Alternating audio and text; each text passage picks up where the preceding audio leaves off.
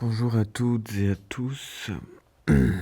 Ce matin, nous accueillons un duo bien connu des Français, à savoir Monsieur Laurier, accompagné de Fred, son acolyte de toujours, puis-je dire son camarade, son ami,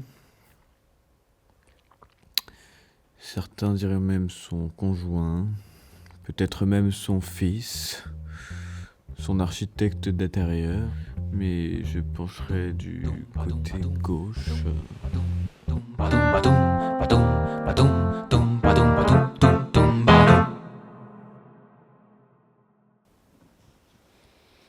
Si je puis me permettre de vous interrompre, je ne pense pas n'être que ça.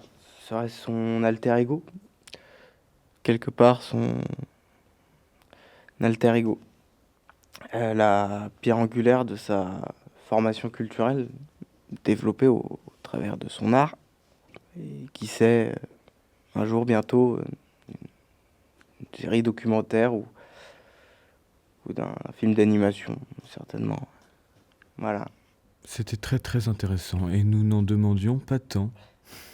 Mais je crois que l'avantage d'inviter des invités de qualité est que la confiance que nos auditeurs nous accordent, une confiance quotidienne, chaque soir, ou je dirais chaque matin, au vu de l'heure.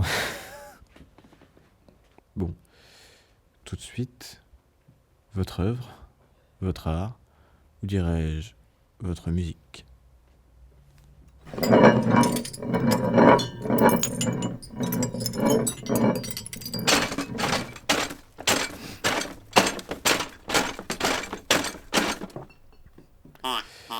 Cette musique est clivante, polarisante, elle est aussi en partie problématique, mais aussi en partie génitale.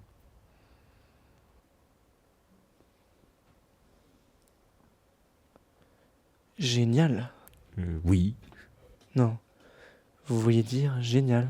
Alors oui, c'est ce que je voulais dire, mais c'est surtout ce que j'ai dit. Je crois que vous avez dit génital. Bon, écoutez, c'est mon métier quand même. Je sais ce que je dis. Je tiens mes fiches juste là, dans cette main, devant vous, à seulement 50 cm, je dirais. Mais à culpa. Tout de suite, nous écoutons l'avis d'un étudiant en lettres appliquées, interrogé à la sortie de Sciences Po devant le Panthéon, quant à l'élite artistique française que vous représentez. J'avoue que quand j'ai écouté ça pour la première fois, ça m'a touché, et pas ma bite poilue et veineuse. Elle penche à gauche. Oh merde.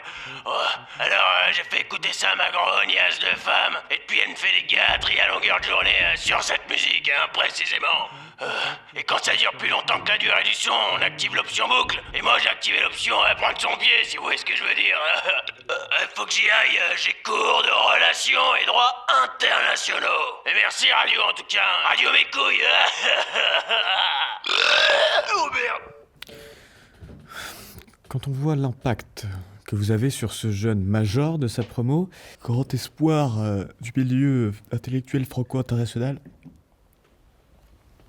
excusez-moi, on ne peut s'empêcher de se demander ce que pense le petit garçon qui sommeille en vous.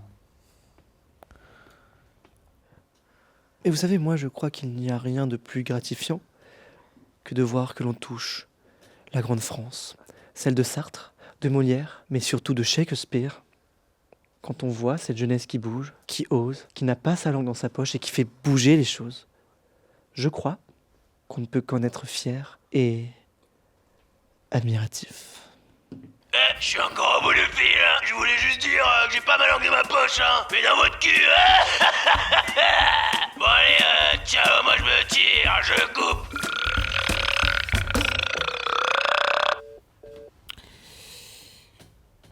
Qu'ajouter de plus ? C'est